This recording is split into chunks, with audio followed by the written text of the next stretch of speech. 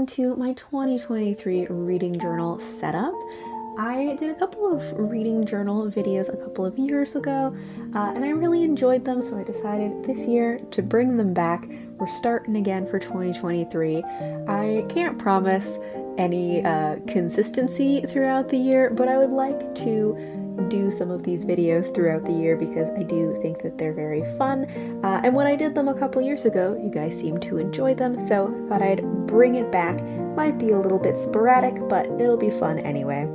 So this video is just me setting up the beginning of my journal with all of the spreads that I use to track my books and reading throughout the year. So right here I am doing just some calendar pages so I can keep track. So it's just the calendar for 2023 and 2024.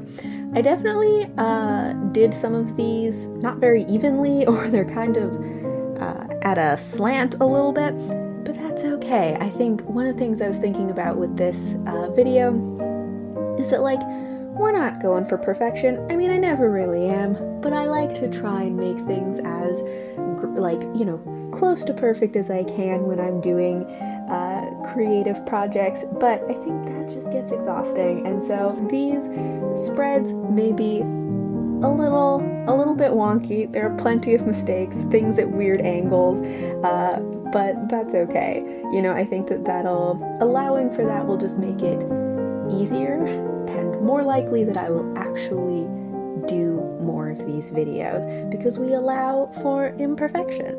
So the page I'm on now is for my 2023 anticipated releases. So at the moment I only have my first half of the year most anticipated releases planned out. I have a video on my channel of my most anticipated releases for the first half of the year, so I will link that in the description if you would like to see. But this is just a page so that I can keep track of what I'm anticipating, so I know what to pre-order. And so then, you know, around mid-year I will probably fill out this second half, which is for the second half of the year.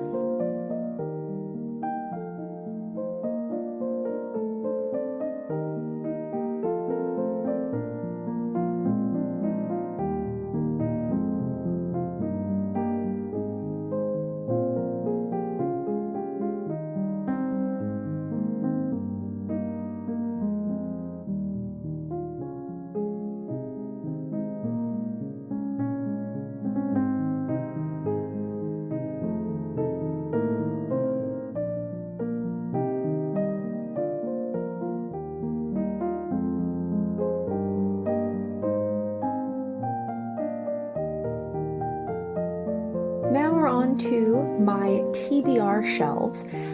So these are the books that are currently on my physical TBR, and I have been specifically tracking them as to which year I bought them, so I know which are my books that are from 2020, 2021, and now 2022. So I have these three sections so that I can keep track of which year I am reading most from off of my shelves. I have a goal for the year to get all of the 2020 books off of my shelf, so I wanted to particularly pull those ones out so that I could really see how many there are 12, and so that I can keep track of if I'm actually reading them. This type of spread in the past, I usually have done it more as just a list. This year I'm trying boxes, so that, because I think it'll be fun to color in the boxes throughout the year as I go. At the moment I'm thinking I'm just going to color them in with a light gray brush pen as I go, but I have considered doing different colors for different genres, so that would make it more colorful. I haven't decided yet what color I'm going to fill them in with. Now we're on to my wish list. So this is just a page so I can keep track of the books that I want to buy.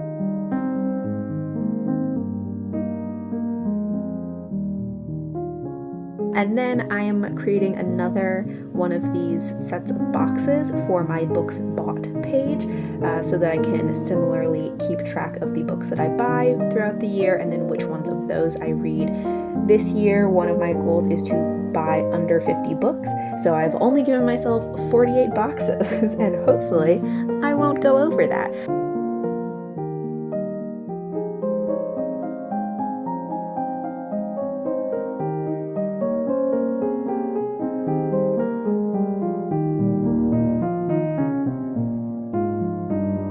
Then here we have a page for the nonfiction, poetry, and graphic novels that I buy throughout the year, just because I track those more loosely, because I don't tend to overbuy and hoard them as much, so they get their own page. And then this is a page for all of the series that I am currently reading, ones that are like the complete series is out, and then ones where the series is still being published and ongoing. I also am creating a spread for my priority series, so these are particular ones that I want to make sure I get to and either finish or make progress in throughout the year. We're going for boxes again. This year I was just really into the idea of filling in boxes for some reason.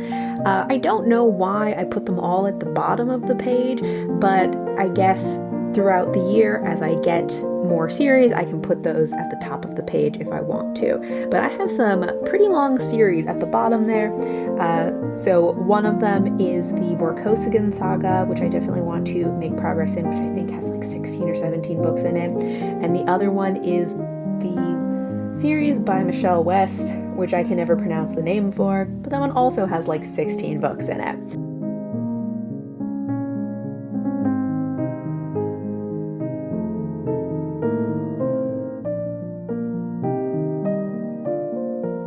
And then I also want to have this page for the series that I complete throughout the year, because I am trying to really binge through series this year.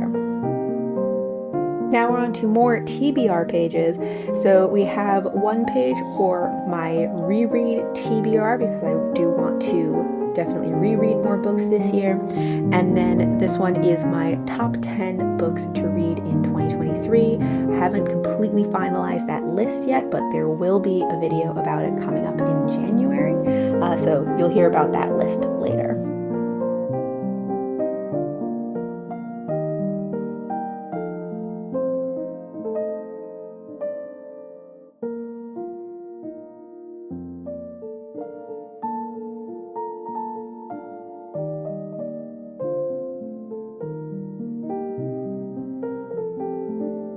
And even more TBRs, because I also have a plan or intention this year to really focus on reading more historical fiction and science fiction. So I wanted to specifically make a historical fiction TBR and a sci-fi TBR, so that I can prioritize those and keep track of the ones that I am most excited about and most want to read this year. And of course, hopefully I will also read even more than what is on these TBRs, but these are the ones that I am particularly planning to read. You know how a TBR works.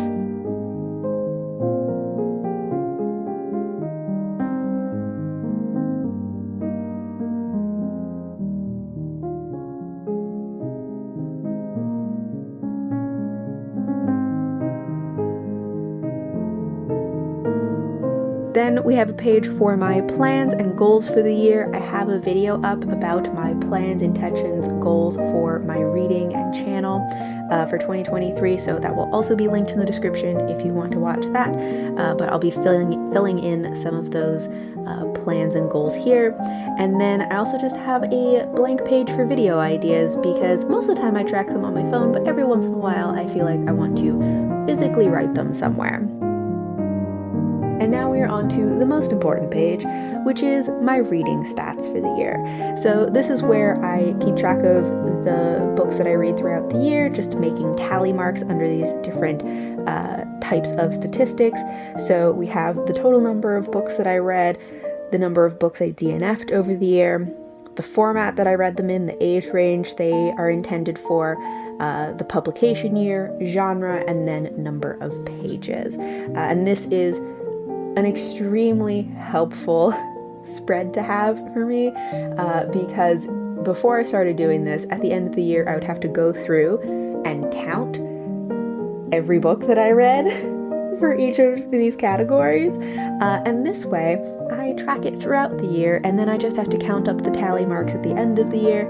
Sometimes my numbers are a smidge off by 1 or 2 tally marks if I didn't track them perfectly, but it is close enough for me, and it is so much easier than having to count everything at the end of the year. Also, just gonna say, I know that graphic novels are not a genre, but I never know where to put them because they don't really feel like they go in the format section, because that's about whether I'm reading it like physically or ebook or audiobook. So I put graphic novel as a genre, even though it's not really, because I don't know where else to put it. But here we are at the final flip through. I hope you all enjoyed watching this video. I will hopefully be posting a January setup in the next week or two, but thank you all for watching, and until next time, bye!